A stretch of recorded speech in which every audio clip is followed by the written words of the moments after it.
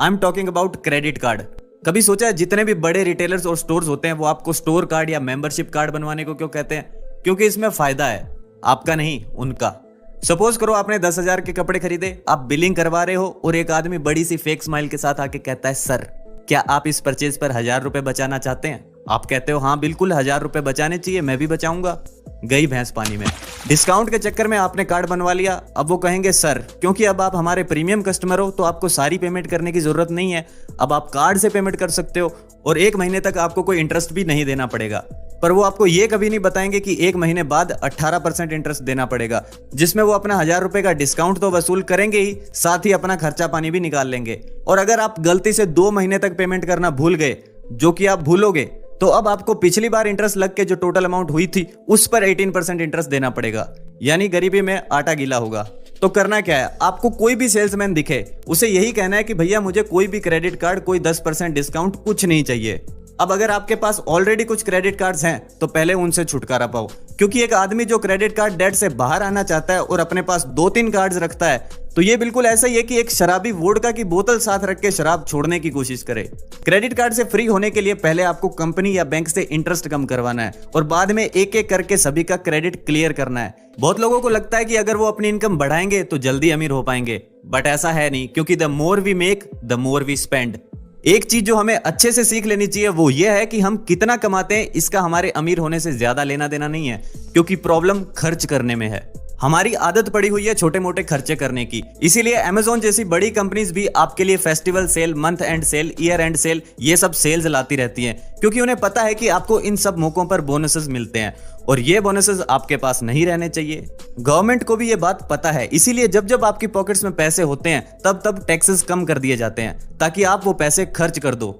यानी अब आपकी जिंदगी पे चेक टू पे चेक चल रही है। आप काम करते हो, पैसे कमाते हो, खर्च कर देते हो, और काम करते हो और कमाते हो और खर्च करते हो। देखते ही देखते खुद को एक ऐसी रेस में पाते हो जिसमें कभी जीत ही नहीं सकते, क्योंकि कोई फिनिश लाइन है ही नहीं।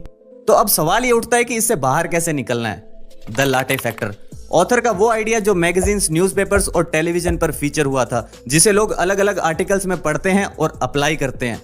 तो क्या है ये लाटे फैक्टर और कहां से आया था इसका आइडिया? करीब 10 साल पहले ऑथर डेविड इन्वेस्टमेंट पर एक क्लास लगा रहे थे, तो उस वक्त एक स्टूडेंट किम ने कहा कि सर आपकी बातें थ्योरी के हिसाब से तो ठीक है, पर रियलिटी में कुछ ज्यादा काम की नहीं है। ऑथर ने कहा ऐसा क्यों?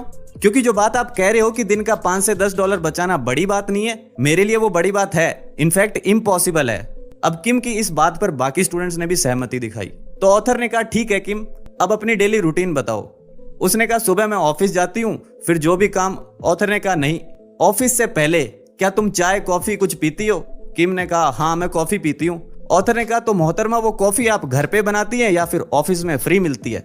उसने कहा मैं और मेरी फ्रेंड डेली कैफे से पीते हैं। कौन सी coffee? Double non fat latte.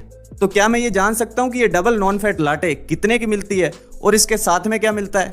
बोली $3.5 की कॉफी मिलती है और साथ में कुछ नहीं मिलता, $1.5 मफिन के अलग से देने पड़ते हैं।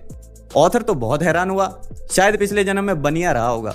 उसने कहा तुमने $5 खर्च कर दिए और अभी तक तुम काम पर पहुंची ही नहीं हो। आई थिंक हमें तुम्हारा पूरा दिन क्लास के सामने डिस्कस करने की जरूरत नहीं है, पर अभी के लिए मैं तुम्हें थोड़ा गणित सिखाता हूँ। ऑथर ने कैलकुलेटर निकाला और कहा अभी तुम 23 साल की हो, लेट्स से अगर तुम डेली $5 सेव करती हो तो महीने का होता है $150, साल का लगभग $2,000, जिसपे अगर मिनिमम 10% रिटर्न लगाए तो 65 की उम्र में पता है तुम्हारे पास कितने पैसे होंगे? $1.2 मिलियन। किम की आंखें बाहर आ गई और यहीं से लाटे फैक्टर की शुरुआत हुई।